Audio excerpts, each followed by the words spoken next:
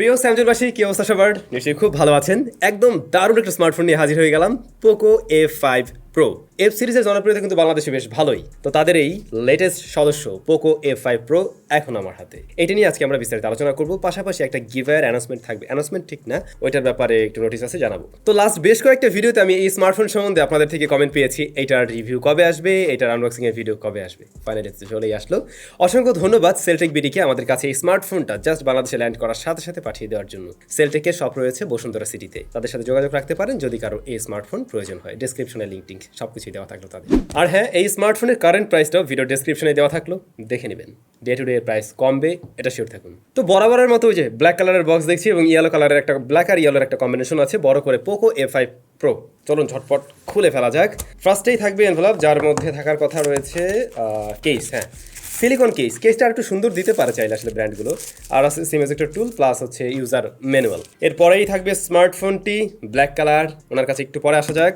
দেন আমরা পেয়ে যাব 67 ওয়াটের চার্জিং সিস্টেম, সাদা কালারের, আর হচ্ছে গিয়ে কেবল। তো এই তো একদম শর্টকাট বক্স কন্টেন্ট। আসলে নতুন করে বক্সে কিছুই দেয় না, প্রত্যেকবারে একটু আশা নিয়ে খুলি, বাট ভিতরে কিছু থাকে না, একই জিনিস। এনিওয়ে, এই হচ্ছে স্মার্টফোন। এই যে খুলতে খুলতে যতটুকু হাত দিছি তাতেই দেখলাম ভালো রকমের ফিঙ্গারপ্রিন্ট বসছে। রিয়ার প্যানেলটা একদম গ্লোসি, এটা গ্লাস, বাট মারাত্মকভাবে ফিঙ্গারপ্রিন্ট ম্যাগনেট, মানে হাত দিলেই আর কি দেখবেন যে এখানে ফিঙ্গারপ্রিন্ট বসে যায়। সো কেস বা কোনো একটা স্ক্রিন কিছু একটা করে নেবেন আর কি, আদারওয়াইজ কিন্তু ভালো রকমেরই ফিঙ্গারপ্রিন্ট পড়বে। তো এই ফোনটার ওজন 204 গ্রামের মতো, যেটার সাথে ইউজ টু হয়ে যাবেন আশা করছি খুব শীঘ্রই। একটু ভারী লাগতে পারে ফার্স্টের দিকে, পরে ঠিকঠাক হয়ে যাওয়ার কথা। এটা IP53 water and dust resistant. রিয়ারে গ্লাস, সামনে গ্লাস। সামনের গ্লাসটা হলো কোরিং গরিলা গ্লাস 5, রিয়ারটা কি জানি না। আর এর বডি ফ্রেমটা হচ্ছে গিয়ে প্লাস্টিকে তৈরি। রেগুলার পোর্টস অ্যান্ড বাটন প্রয়োজনীয় সবকিছুই দেখছি, জাস্ট 3.5 মিলিমিটার হেডফোন জ্যাকটা নেই। আসলে স্মার্টফোনটা বেশ স্লিম, হয়তো এই কারণে দেয়নি, বাট এটা দিলে আরো বেশি উপকার হইতো আর কি। ফোনটাতে ফিঙ্গারপ্রিন্ট স্ক্যানারটি রয়েছে ডিসপ্লের তলায়। এর পজিশনটা আমার কাছে ঠিকঠাকই লেগেছে, অনেকের কাছে একটু নিচে মনে হতে পারে, যা মোটামুটি ফাস্ট অ্যান্ড একুরেট। এটা মানানসই ছিল এর দাম অনুযায়ী। প্রিভিয়াস জেনারেশন থেকে এবারে কিন্তু আমরা ক্যামেরা মডিউলে একটু চেঞ্জেস দেখবো, এটা আমার কাছে বেশ রিফ্রেশিং লাগছে, হয়তো অনেকের কাছেই ভালো লেগে যাবে। ক্যামেরা মডিউলের দুই পাশটা হালকা একটুভাবে ডাউন করা হয়েছে, যা দেখতে কিন্তু ভালোই লাগছে। এরপরে ব্যাকশেলের দুই পাশে কার্বন ফাইবারের মতো একটা টেক্সচার দেওয়া হয়েছে, যেটাও দেখতে সুন্দর লাগছে, যদিও এটা কিন্তু একদমই গ্লোসি ফিনিশ।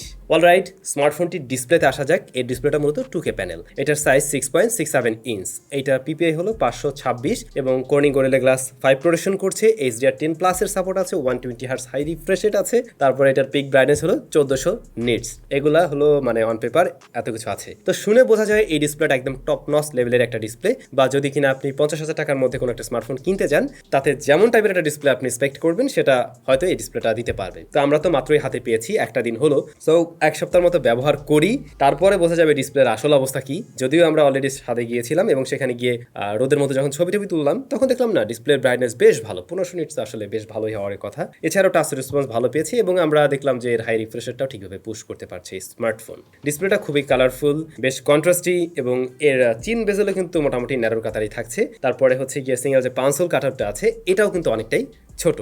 ডিসপ্লে দেখে আমাদের ভালো লেগে গেছে আর কি। ক্যামেরা সেকশনে আমরা 64 মেগাপিক্সেল দেখছি, তারপরে 8 মেগাপিক্সেল আলট্রা ওয়াইড রয়েছে এবং 2 মেগাপিক্সেল একটি ম্যাক্রো শুটার রয়েছে, একদম রেগুলার সেটআপ টাইপের একটা সেটআপ আর কি। আর ফ্রন্ট ফেসিং ক্যামেরা হলো গিয়ে 16 মেগাপিক্সেলের। তবে রেয়ারের মেইন ক্যামেরায় ভিডিও রেকর্ড করা যায় 8K 24 FPS এ। আবার আপনি যদি 4K তে করেন 60 FPS এও রেকর্ড করতে পারবেন। প্লাস এটার ফ্রন্ট ফেসিং ক্যামেরায় আপনি 1080p 60 FPS এ রেকর্ড করতে পারবেন। কয়েকটা ছবি আছে যেগুলো আজকেই তোলা হয়েছিল, দেখে কার কেমন লাগছে অবশ্যই কিন্তু কমেন্ট করে জানাতে পারেন। আমরা বিভিন্ন সিচুয়েশনের ছবি তুলে দেখবো, লো লাইটে, ডে লাইটে, শ্যাডো এরিয়াতে, সব জায়গায় এগুলো নিয়ে বিস্তারিত অবশ্যই জানতে পারবেন। এবং আমি বলবো যারা আসলে এই স্মার্টফোন পছন্দ করছেন, কেনার চিন্তা ভাবনা করছেন, একটু ওয়েট করতে পারেন।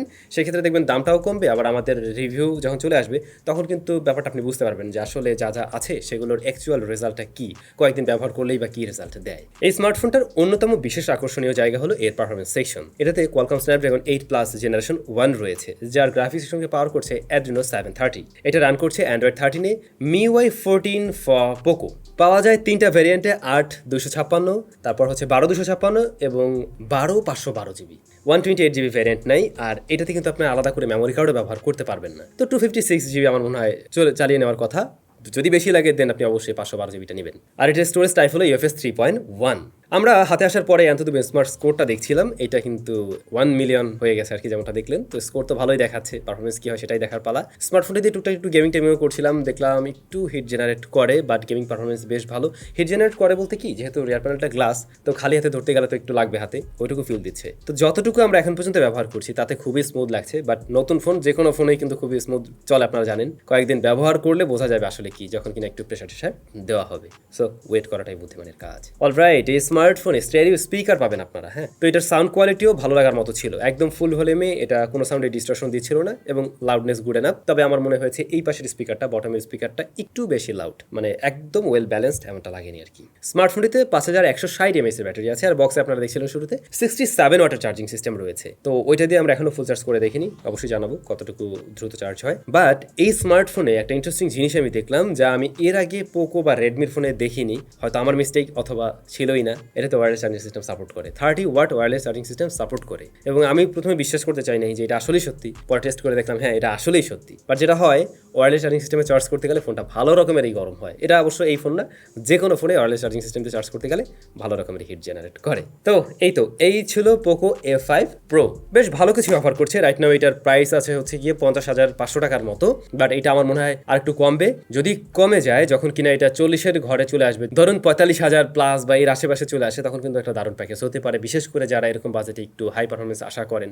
একটা দারুণ ডিসপ্লে আছে, তো সব মিলে আশা করছি ওরকম বাজেট থেকে একটা ভালো প্যাকেজ হতে যাচ্ছে খুব শীঘ্রই। তারপরেও বিস্তারিত জানানো যাবে বা আমাদের টেস্টিং রেজাল্টগুলো শেয়ার করা যাবে সপ্তাহখানেক পরে। সুতরাং অপেক্ষা করতে থাকুন আর রেগুলার নতুন নতুন ভিডিও দেখতে থাকুন। বাই দ্য ওয়ে, আমরা একটা গিভওয়ের ব্যাপারে বলছিলাম না, আমাদের চ্যানেলে হচ্ছে একটা না দুইটা গিভওয়ে চলছে। একটাতে তো স্মার্টফোন আছে, পাশাপাশি আরেকটাতে মনে হয় আরও দারুণ গিফট আছে। তো এইগুলোর রেজাল্ট দেওয়ার কথা রয়েছে 15 তারিখে, আজকে কি 14 তারিখ মনে হয়। সো হাতে মাত্র অল্প একটু সময় আছে না, তো যারা এখনো অংশগ্রহণ করেননি ঝটপট অংশগ্রহণ করে ফেলতে পারেন, হয়তো আপনিও পেয়ে যেতে পারেন। এমনটা হয় কিন্তু অনেক সময় যে লাস্ট টাইমে এসে কিন্তু আপনি গোল দিয়ে ফেলতে পারেন। তো যারা অংশগ্রহণ করেননি, ডেসক্রিপশনে লিঙ্ক দেওয়া থাকবে। ভালো থাকুন, টাটা।